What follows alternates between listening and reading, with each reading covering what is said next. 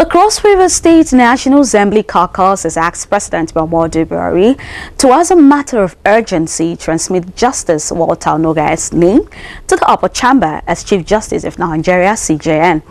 According to the senators and members of the House of Representatives from Cross River State, the continuous delay of President Muhammadu Buhari to forward the name to the Senate for screening and subsequent confirmation without any lawful and constitutional cause has brought the issue of the independence of the judiciary and security of tenure of judges to doubt and public discourse.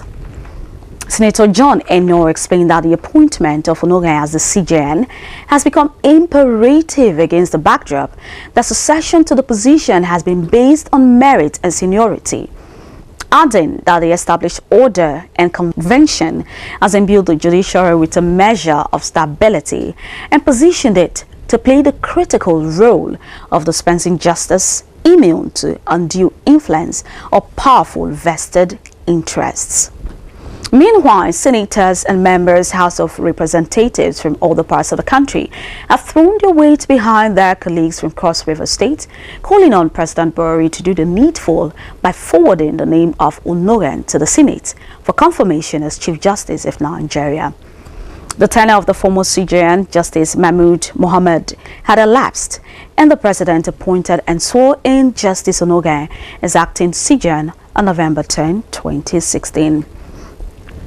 This unfortunate development has enveloped the Supreme Court and judiciary with an intriguing cobweb of uncertainty and given conspiracy theorists a field day to decode why this obvious transvesty has endured up till now.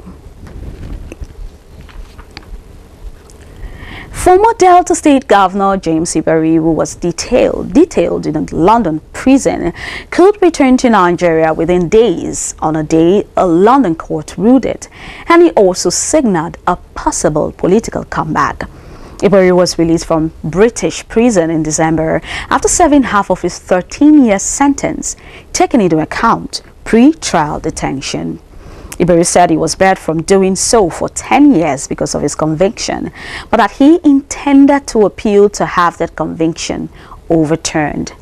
The appeal will center on an allegation made by one of Iberi's former associates that a British police officer had taken bribes in return for inside information on the case before Iberi's conviction, and that prosecutors had covered it up. British police say that the allegation was investigated, resulting in no arrest or charges. The State Prosecution Service says material supporting the allegation exists, and it initially failed to disclose that to Iberi's defense team, but it is confident Iberi's conviction remains valid as court proceedings are ongoing. And on business,